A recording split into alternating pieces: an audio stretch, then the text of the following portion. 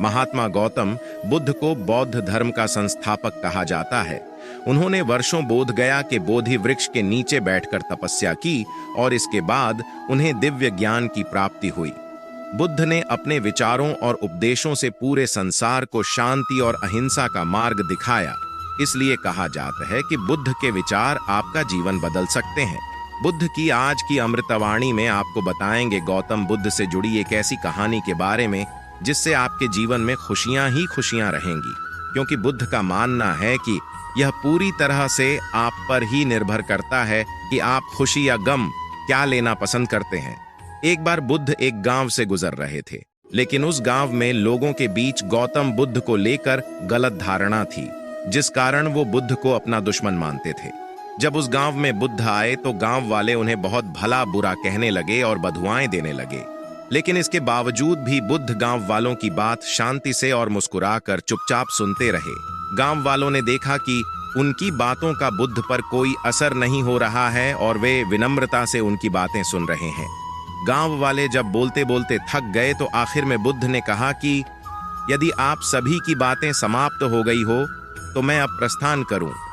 बुद्ध की बात सुनकर गांव वाले हैरान रहे हैं, लेकिन उस भीड़ में एक व्यक्ति ने बुद्ध से कहा कि हमने तुम्हारी कोई प्रसन्नता नहीं की है, हम तुम्हें बधुआएं दे रहे हैं, क्या तुम्हें इससे कोई फर्क नहीं पड़ता? बुद्ध मुस्कुराते हुए बोले, जाओ, मैं आपकी गालियां या बद्दुओं को लेता ही नहीं। आपके द्वारा दी गई गालियों से भला मेरा क्या होगा? जब तक कि मैं आपकी गालियों को स्वीकार ही नहीं करता, इसका कोई परिणाम ही नहीं होगा। जानते हैं, कुछ दिन पहले एक व्यक्ति ने मुझे बहुत सारे उपहार दिए, लेकिन मैंने उसे लेने से मना कर दिया। जब मैं लूंगा ही नहीं तो कोई मुझे कैसे दे पाएगा?